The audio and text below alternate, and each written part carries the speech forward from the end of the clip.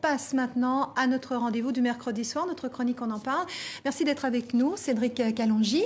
Alors pourquoi Internet fait-il si peur à certains pouvoirs? C'est la question du jour, Simon Rodier.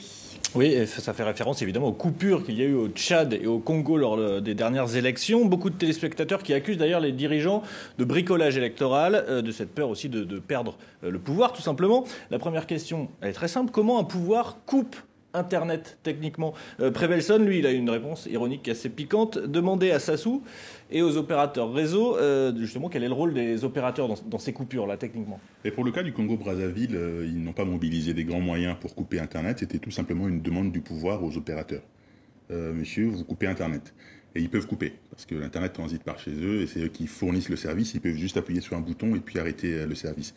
On est très très loin de la censure à la chinoise où des moyens humains et matériels sont mis en œuvre pour contrôler ce que chaque internaute peut faire sur le réseau. Là, c'est tout simplement la peur justement de ce... Oui, de perdre un contrat, pression sur l'opérateur. Exactement. Il y a beaucoup d'éléments qui entrent en compte, mais les opérateurs ont peur. Les autorités exercent une certaine pression sur les opérateurs. Ils sont obligés d'obéir et ils coupent à la fois Internet et les SMS pour le cas du Congo-Brazzaville.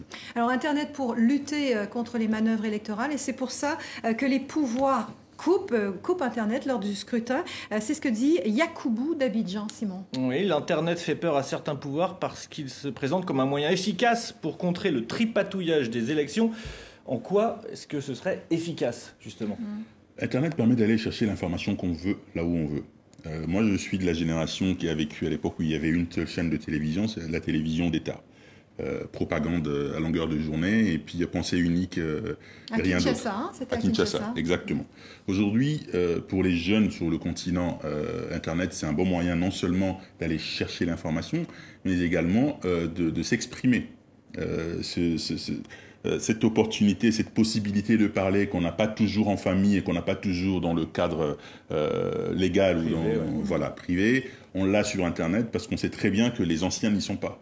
Papa n'y est pas, maman n'y est pas, et c'est un tout petit peu un espace de liberté que ces jeunes expérimentent et que les autorités, que les anciens découvrent en même temps. Et aujourd'hui, ils se rendent compte de la puissance de cet outil, ne maîtrisent pas trop, et c'est beaucoup plus simple en même temps de censurer plutôt que de trouver des solutions ou d'offrir du contenu de qualité qui intéresserait les jeunes, parce que la propagande des télévisions d'État n'intéresse personne. Alors c'est peut-être pour ça justement, hein, Simon, qu'il y en a qui disent qu'Internet, c'est un média récent et donc incontrôlable. Oui, et puis on revient d'ailleurs sur cette télévision d'État avec Mayadine et Rosnay au Tchad et au Congo, justement.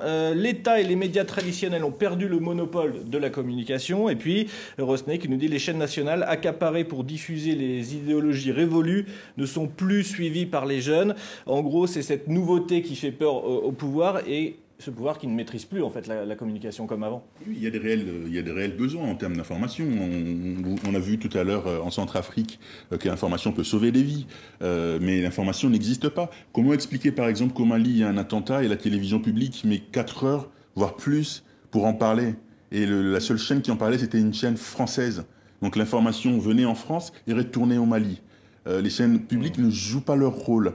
Et à partir de ce moment-là, les gens peuvent aller chercher à s'informer ailleurs. Internet nous permet à toute cette jeunesse d'aller voir ailleurs. Et surtout de tourner le dos à cette propagande, à toute cette information qui n'en est pas, en fait. Et c'est ça qui pose problème. Et de toute façon, il y a des solutions contre la censure, hein, Simon? Oui, c'est assez étonnant. On a eu des téléspectateurs qui nous proposaient des solutions. Utiliser FireChat, par exemple, c'est une application qui n'a pas besoin de réseau, en quelque sorte. Ou alors Franck qui nous dit Google avait promis l'installation dans les airs de ballons à Internet sur des zones peu couvertes, sinon touchées par la censure. Ça s'appelle le projet Loon, tout simplement. C'est des ballons qui sont à une vingtaine de kilomètres au-dessus de la Terre pour permettre des connexions dans un diamètre de 40 km environ. On en est où de ce projet? Et puis, est-ce que c'est vrai qu'il y a eu des solutions pour lutter contre cette censure? Je pense que la première solution, c'est déjà de faire attention à ce qu'on met sur Internet. Je trouve ça très mignon, mais en même temps, c'est très risqué de voir pas mal de jeunes gens sur le continent qui découvrent Internet et les réseaux sociaux et qui sont prêts à diffuser tout. Ils publient leurs photos, les photos de leurs enfants, de leur famille. Le jour où on veut s'attaquer à eux personnellement, c'est facile de les retrouver. C'est la première étape.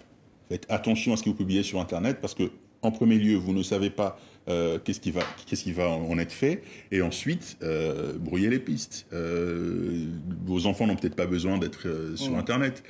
Si vous êtes en plus activiste et que vous l'ouvrez un tout petit peu, il faut être prudent. Il faut être prudent. La prudence est la première défense. Et aujourd'hui, les pouvoirs en Afrique, en tout cas, non. Ce n'est pas une priorité de censurer parce que 7% d'utilisateurs d'Internet au Congo-Brazzaville, moins de 3% au Tchad, ce n'est pas encore un vrai problème. Plus l'accès va se démocratiser, plus les États vont se doter de moyens de censure. Mais aujourd'hui, les moyens de censure sont basiques et les moyens pour se protéger restent basiques également. Et première étape, c'est de faire attention à ce qu'on publie sur soi, sur les réseaux sociaux, sur Internet.